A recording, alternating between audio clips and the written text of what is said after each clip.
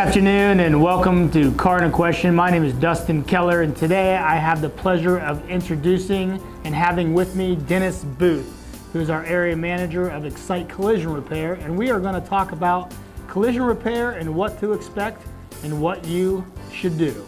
So my first question for Dennis is, do I really need to get 3 estimates to get my car repaired? You do not. By law, you only need 1 estimate. The insurance company would like you to get 3 so they can compare and maybe pay the lowest. Oh. But the estimate is only an estimate of what's physically damaged until you bring the car in and tear it down and blueprint the repair. That's when you find out that the entire bill, final bill. Okay, can you elaborate a little bit on blueprinting? Blueprinting is when you take the car apart, disassemble and measure things to make sure everything's working properly. Pre-scans to make sure there's any codes that the car's not running or the airbag's not working. Oh, okay.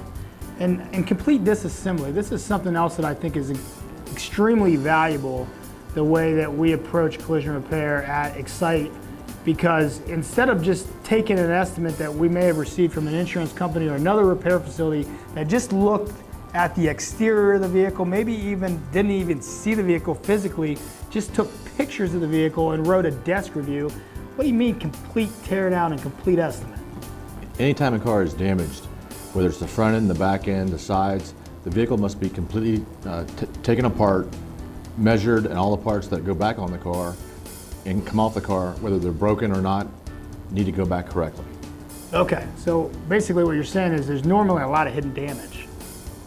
50%, 9 times out of 10 is hidden, depending on the severity of the crash.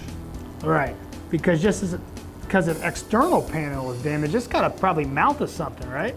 It mounts to upper frame rails, lower frame rails, brackets, connect to the doors, connect to the quarter panels. So the damage does travel from the accident.